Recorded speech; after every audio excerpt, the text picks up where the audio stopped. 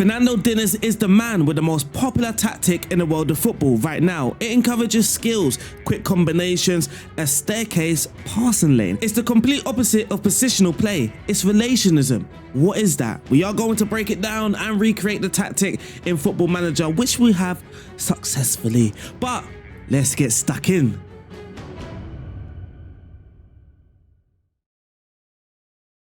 So, the mechanics of positionism or positional play dictate where the players must be. They must be in their slots. They can switch and rotate, but only ever between these pre-allocated situational locations. If the ball is here, you are here. The human players do not interpretate space, rather they learn where to locate themselves within an already defined, generalized conceptualization, there's so many big words, of space. Fernando Diniz's system is completely different. It's still a system, but not one of the machine. It is a system of greater elegance and complexity than positionism, as it is designed to prioritize localized moments of interplayer creativity by allowing them the freedom to interpret space as they experience it in the moment. So, in short, it is proximity and movement over position and space. So here's an example of a beautiful positional play past the network. It's Manchester City's, of course, and you can see a clear shape, a clear pattern with Manchester City. But then if you look at a Fernando Diniz side, it seems like the players are just bunched all over to the right hand side, which is kind of the idea. Get players in close proximity and it allows them to play. But this also means it allows them for an effective counter-pressing system. Here's also an analyst explaining what I mentioned in the intro when I was talking about the staircase passing network. One of the main characteristics of Diniz's games model is the use of offensive diagonals. Can you explain to us what they are? Obviously, this is an interview that we're reading right now. So he's replied, as Jamie Hamilton has mentioned in various tweets, these can be referred to, I can't pronounce that word, or staircases. The best way to describe this is when 3 or more players are lined up in a diagonal line and use dummies to progress the ball. These can be found throughout the Brazilian history, especially in the various glorious teams of the 1980s and the 1990s. It is incredibly typical of Brazilian football, and it is a very spontaneous tactic. The formations that Fernando Diniz uses to achieve this is either the 4-2-3-1 or the 4-4-2 or 4-2-4, but majority of the time it is the 4-2-3-1. Their structure is incredibly narrow, based on constant approximation and numerical superiority. As a result, the players' average positions are all near to each other. A 4-2-3-1 structure can still be found, but due to different individual roles, it looks, slightly different. So of course, a Fernando Diniz side, they want to be possession based. They want to build out from the back. The first and perhaps main concept in the build-up is approximation. Players are constantly trying to create passing lanes by positioning themselves either between lines or in small gaps within the opposition's press. The battle is not for space, but rather to create optimal passing options considering the player's body positioning, defensive organization, and the location of other teammates. In addition to creating optimal passing lanes, Fluminese are also constantly trying to create numerical superiority. For an example, in the specific section of the pitch below, the tricolour create a 5 versus 2 scenario by having the goalkeeper and both defensive midfielders come over closer to the ball. And finally, the third man concept by Fernando Diniz. Essentially, this principle requires players from further up the pitch to make themselves available behind the first or second line of pressure. In this example, the opposition have matched Fluminese's 4 players with rather an aggressive press.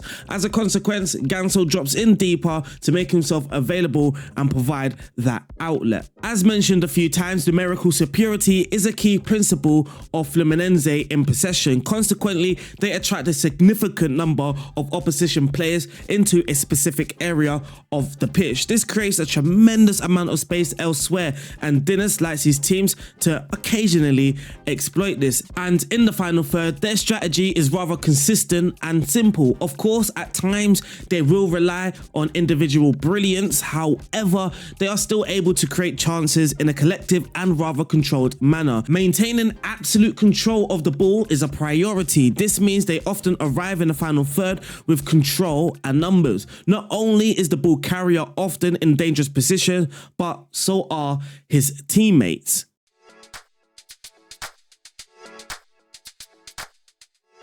So how does this look in Football Manager? We did, of course, use Fluminense in Football Manager to test this out with. So we use them. We also use Benfica and we use Rangers. Again, the pattern is kind of obvious. You should be a decent enough team to use this because it's all about flair. You need to have the players with the flair, the technical ability to do so. I mean, there's literally no point picking a team like Nottingham Forest because they don't necessarily have the players as a collective to perform something like this. But with Fluminense, I mean, we had the second most shots, we had the fewest shots against us. Possession wise, it done absolutely fantastically well, 57% possession is what we had in the league. And looking at the season preview as well, we are actually predicted to finish around 6th, but we did win the league and we won the league comfortably. And as usual, I've got different versions. I believe there are 6 different versions here for you to choose from, and well, we are going to break them down right now. First, we can go for the more traditional shape. I won't break down each tactic individually like this. So what we are going to do, we're going to break down the 4-2-3-1, and then we're just going to look at the other versions and kind of just notice the slight differences and tweaks that are made, and of course the tweaks and differences that are made for different teams. So here we have the 4-2-3-1, and the idea is to make the narrow kind of as narrow as possible, but also to try and shift play over to a side, and then once we do that, we can get the rest of the play to move over to that side. So that is one of the main reasons why I'm using an inverted wing back. So the idea, if the ball's on the left hand side, then actually the right back then comes inside, which isn't actually what always happens in a Fernando Diniz formation. Actually, the far-sided fullback could stay wider, and a lot of the times it is the winger that comes in the inside and goes over to the other side. But in Football Manager, that was actually harder to achieve. So when the ball's over on the left hand side, it was harder to achieve to get this right winger to come over to the left hand side rather than get this inverted winger to be more narrow, and then we can leave that winger out on that wider area. So that's the idea behind the 2 inverted wing backs. We have 2 central defenders. The reason why we're not using ball playing defenders is because we are using a higher tempo, and we didn't necessarily want our ball playing defenders to make that risky pass too early. We didn't want that to happen. We wanted to build play and progress play through the middle, which is why I used 2 central defenders and a super keeper on support. Now in holding midfield, we are using a register. If you're going to be, I say, a lower league side, because I also did a mini test at Notts County, I would automatically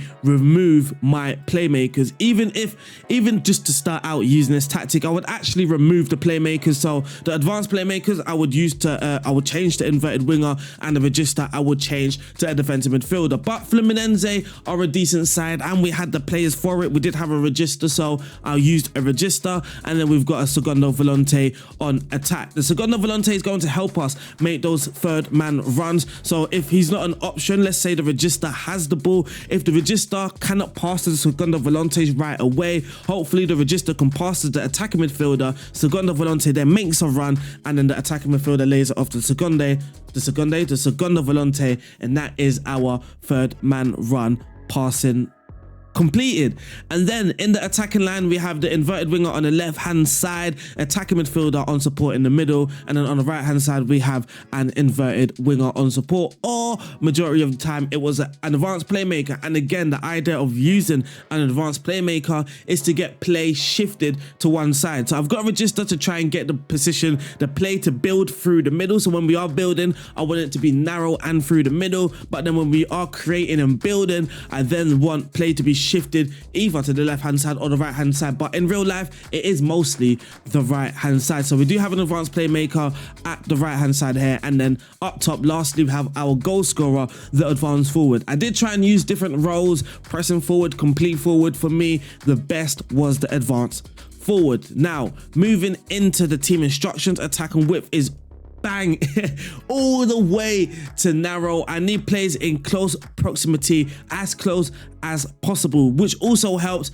by using passing directness on much shorter. Then I had the tempo on slightly higher. We do work under laps, so again, get players in close proximity rather than having fullbacks run out wide. Sometimes that could be away from play. We do want to have an underlap and get players again in close proximity. And then because we always have bodies in the box, I mean, for me, the best crossing solution here was whipped crosses.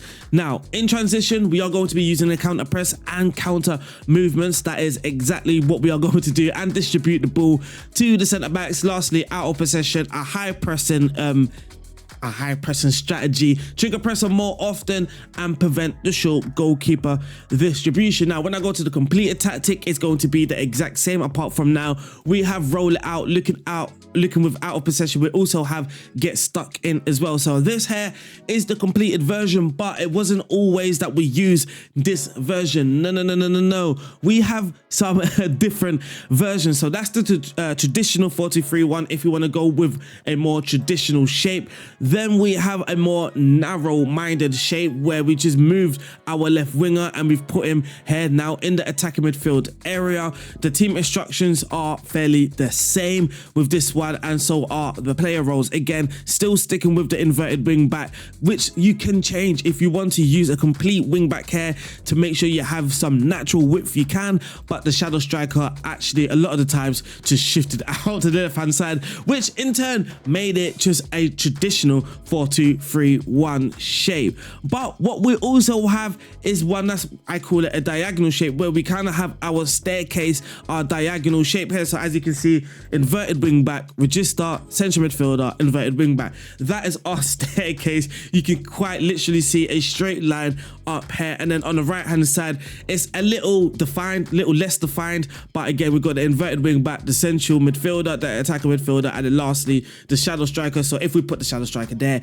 you kind of get your natural diagonal shape line there as well. So that's the idea between this shape here. Try and get more of a defined staircase passing network. And lastly, what I want to show you, because the other two, so we've got to the right versus elite, of course, when you're playing against an elite side, and then we've got a 4-2-3-1 away to elite again when you are playing against an elite side. So there are going to be slight tweaks which you can see in the downloaded folder, but I also wanted to show you this because, like I did mention, a lot of the times their play was focused down the right. So if you want more of a Fernando Diniz actual recreation, then I would possibly choose this one, where we've got the trequartista, the Ganso role, the guy with the extreme creativity, and then now we have changed the advanced playmaker to an inverted winger. We still have a register in midfield, which you can change if you want to a segundo volante. Let's change that back to a register, and now you can see with the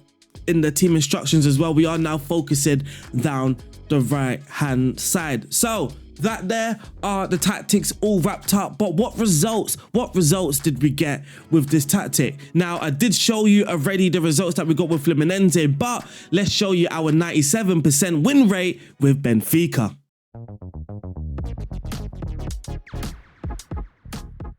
So with Benfica, because it is the test that I've got the best results with, is kind of best to show you which of the formations that I did use. So in the last 50 matches, it was the 4-2-3-1 that I used 58% of the times, the 4-1-1-3-1, so the diagonal shape I used 23% of the times, which is kind of surprised. And then the 4-2-3-1 asymmetric with the left winger now moved into narrow positions, we used that 18% of the times. Looking at the competitions at the Portuguese league, we played 34 and we won 33, only drawing 1 with 100 points tally. Now what I want to do also is show you the game status, and also this file will be downloadable for you, so you guys can go through it and dissect it all you want. Of course, this save was not save and reloaded.